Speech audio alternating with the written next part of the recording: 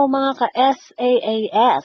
Ngayong pagpasok ng 2024, nag-post na ang Shawarma Shack ng kanilang latest promotion patungkol sa paano maka-avail ng franchising sa lumalago nilang business.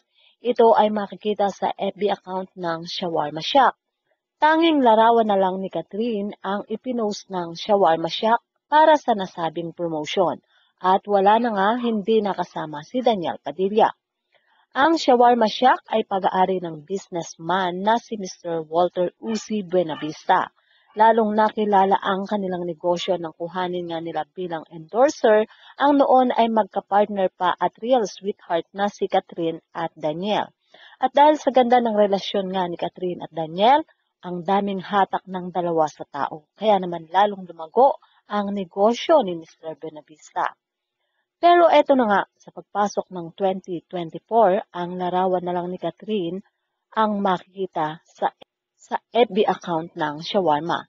Pahiwatig kaya ito na hindi na talaga pinarenew ng kontrata si Daniel dahil sa pangyayaring breakup ng dalawa. Well, abangan natin baka naman may inaayos lang na schedule.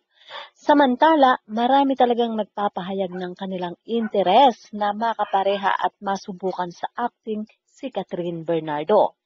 Ang bagong Best Actor ng Metro Manila Film Festival na si Cedric Juan na nanalo sa pelikulang Gumbursa, nagpahayag siya ng interes ng makapanayam ito. Kung mabibigyan daw ng pagkakataon ay gustong-gusto niyang makasama sa isang project itong si Catherine. Pinalakpakan at pinuri sa husay ng pag-arte itong si Cedric Juan sa pelikulang Gumbursa.